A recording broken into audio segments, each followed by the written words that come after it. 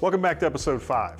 Now, as we get started, let's just take a quick second, look at where we came from episode 4. In episode 4, we took our big blank that we had glued up, put our template on, positioned it around those little cracks that we had. Then we bandsawed it out to shape, used a handheld router, and then routed it out to the final body shape. So now we have something that really is starting to look and feel like a guitar. In this episode, in episode 5, we're gonna do one of my favorite parts, choosing the hardware.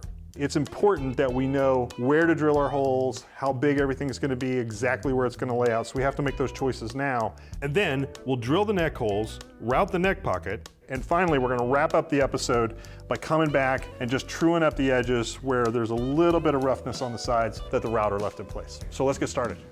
First up, let's go shopping. One of the things that I really love about the Telecaster is I love that single coil sound you get from the traditional Tele pickup, but they're noisy. So what I decided to do was to replace the single coil with these classic TV Jones Filtertrons. They give you just a little more kind of thickness to the sound, and because they're built like a humbucker, have a little bit of noise canceling in them. Next, let's select the bridge. Obviously, there are a ton of bridges out there, but I've narrowed my selection down to these two. The main difference between these two bridges is this shallower, non-trem roller bridge. This is a top loader, meaning that the strings actually feed through the back of the bridge versus the more traditional Telecaster style, this Hipshot Hardtail bridge, which actually has holes where the strings feed all the way through the body, and they're held in place by these little ferrules on the back of the guitar. Really, I don't think we go wrong with either one of these choices, but I'm gonna choose the Hipshot. The Hipshot has a smaller footprint, keeping in line with the original design that I love so much. Now, we've got a couple of choices on these knobs. These are ebony knobs that obviously have been turned. These are traditional barrel-shaped Tele knobs. I think I'm gonna go with the metal barrel type knobs. I like the rounded tops a little more than the flat tops, and I like the knurling on them. When it comes to the switch tip, rather than using a traditional one or a top hat, I'd like to use something a little different. These little tips came from a mid-century Czech writer called a Paymaster, and Dan Peterzelka, another builder and guitar tech, turned me on to these. But when I went out and got these, the picture made them look black and white, but actually when they got here, they're blue and light blue. By the time this project's finished, I will have chased down a black one. I'm gonna choose an Electrosocket for the jack. I like these over the traditional Tele cups because A, they're easier to install, and B, they don't come loose. And then we'll just use a traditional neck plate, but in black. So that should wrap it up on our hardware selection. Okay, now what we're gonna do is we're gonna prep the template for our neck pocket. The template I'll be using comes in 2 pieces.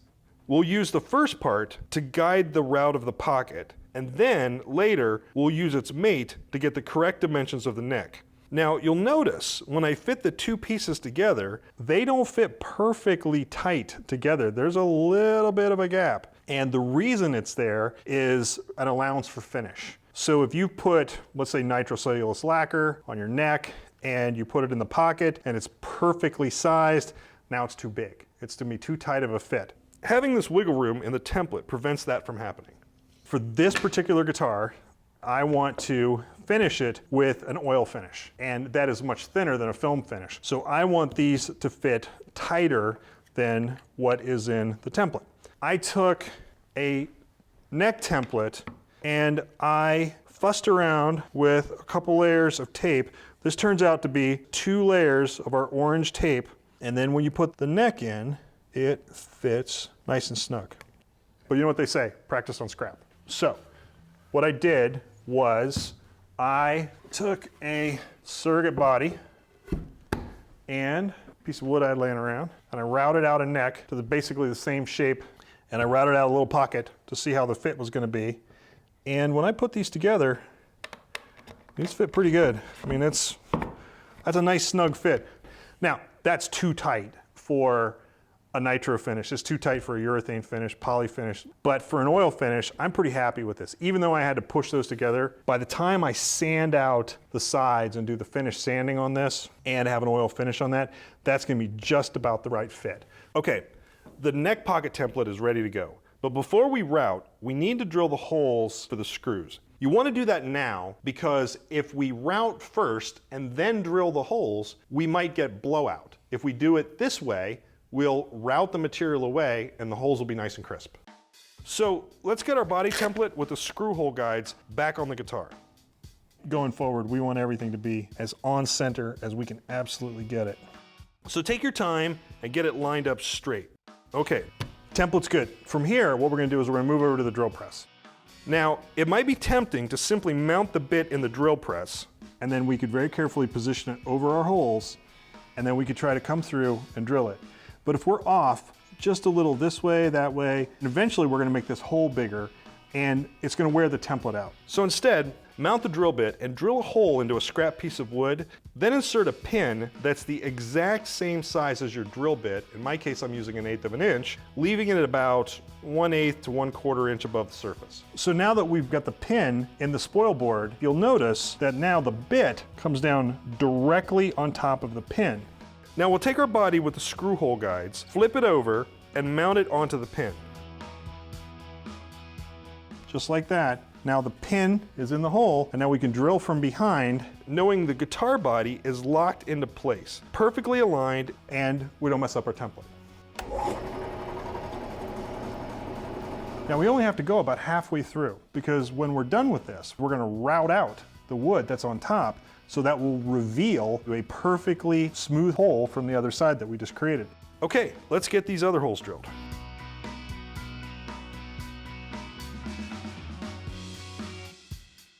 So the only tricky part about this is that when you skate around trying to find where the hole and the pin are, it's sort of like trying to hang a picture.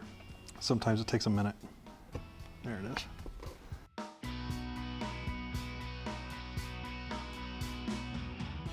All right, our screw holes are drilled. Let's swap in the neck template. To help align the template, the first thing I did was create a nice sharp center line. Then I measured the distance between the top of the template and the bottom of the neck pocket. That's 3 inches. Then I drew a horizontal line 3 inches from the top of the guitar body. So now that we have that line 3 inches in, I'm gonna get the template with the tape in it, and I am going to very, very carefully tape this thing down, making sure I'm exactly at 3 inches and I'm exactly on center. So take your time, no big rush, get this right.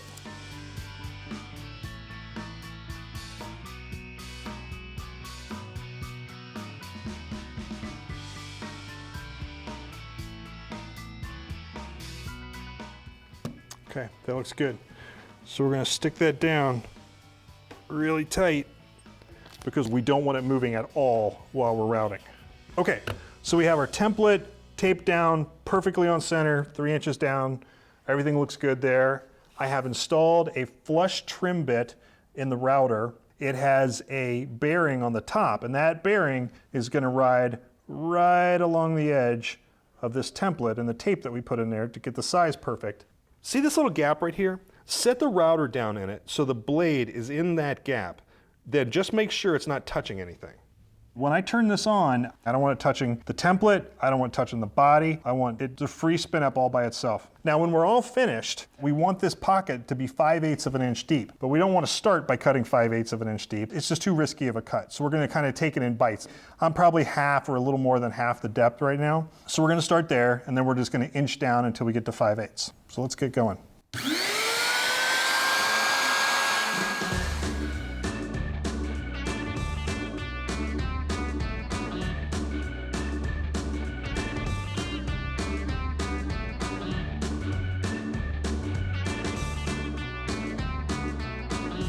Okay, let's measure our depth and see where we're at. 1930 seconds, so we need to go about 5 more 30 seconds deep. I'll loosen my trimmer, use my fine adjustment, come down a little bit. One little point is we have a little sliver that's just hanging right here, just hanging by a thread. We're gonna cut all that off later. We don't need to worry about that. We're just gonna leave that sit. We'll take care of that when we're all done.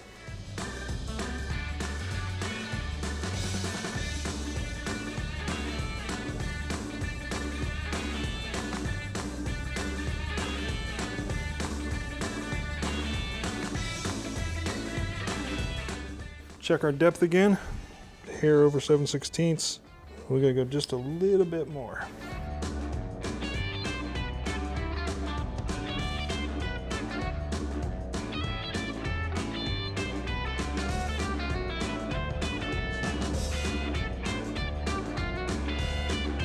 we are just a teeny tiny shade deeper than 5/8 of an inch, which is great because when we do the final sanding prep, we're gonna lose a little off the top. So this is just about perfect. This is about just where I wanna be. Now we need to clean up the corners. Like if you notice that this bit is of a certain radius, but the corners are a tighter radius. So there's just a little bit of the corner that we didn't quite take off with this router bit. So I'll swap this one out for a bit with a smaller radius. I can get right down in that corner right there and it'll be exactly where I want to be. So we're going to change out the bit, touch up the corners, and then the pocket's going to be done. Okay, so we're going to take template off. Nice and smooth with palette knife. That looks good. So let's get our test neck. Let's fit it in there. Oh yeah, fits good side to side. That is exactly what I'm looking for. Okay, so we're in good shape. So everything is looking good and we are on to the last step for today. We're gonna true up the sides. And if you remember, we have this line that is on our body. When we routed, we came in from one side and routed, and then we came in from the other side. And this is just a bit of a line from where the router bits didn't completely mesh up. We're gonna sand that out now. The reason that we're making this last is because on the last step, we used the template on the top of the guitar. And what we used that for was to help line up where the neck pocket was gonna go. And that was very important, and we got that perfect. So we wanted the template to fit perfect onto the body. So now that that's done, we can true up these sides. And if it turns out that, you know, we end up making small, minute changes in the sides of the guitar that don't quite line up to the template anymore, it's not a big deal, right? So right at this point, we just want to have a nice, smooth guitar. We're gonna take our vise. I put a pad down so we don't accidentally mar up the sides of the guitar. We want it in there nice and tight because we're gonna be doing some work here. Then we'll take some hard sanding blocks. This is just a piece of Baltic birch that I have put a piece of 220 on. That's gonna be kind of our main tool. I've got a piece that I put 120 on just in case I need it. And then a few different sizes of dowels that we'll use to just sand the sides. We want this to be absolutely square and perpendicular to the sides. Because if you do this by hand, what you generally end up with is a side that kind of looks like this. It's a bit of a hump in the middle and that they're kind of like rounded over on the sides. So with that, we're gonna go ahead and get started.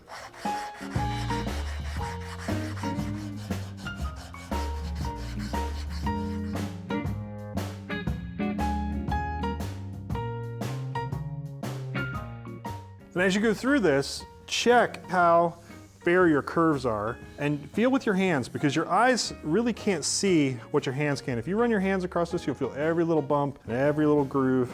And you really want to go back and try to make these curves as smooth and fair as you can make them. And as we get into these inside curves, I like to switch to a dowel. Really, it's the same idea, but just use a curved sanding block. If you notice, I'm rolling my wrists a little bit while I do this. And that kind of helps with keeping the sandpaper clean. But the other part is it helps just kind of get a smoother curve.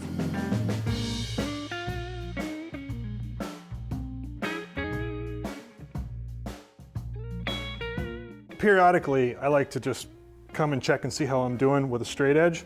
And just to check to see if I can see any light underneath of it, particularly right up at the edges of the corners. That's where it likes to hide. You tend to get a little bit of a rock going this way. But this all looks nice and flat and exactly like what I'm looking for. So all looks good, but just check periodically. Make sure you don't create a problem.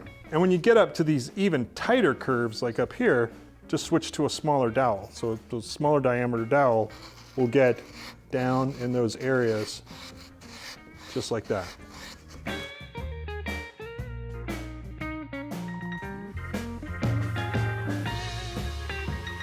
Yeah, that feels really great. That's nice. Those curves are nice and smooth. Okay, we got a lot done tonight. We chose our final hardware. We located and routed for our neck pocket. And then finally we came back and we trued up the sides of the guitar.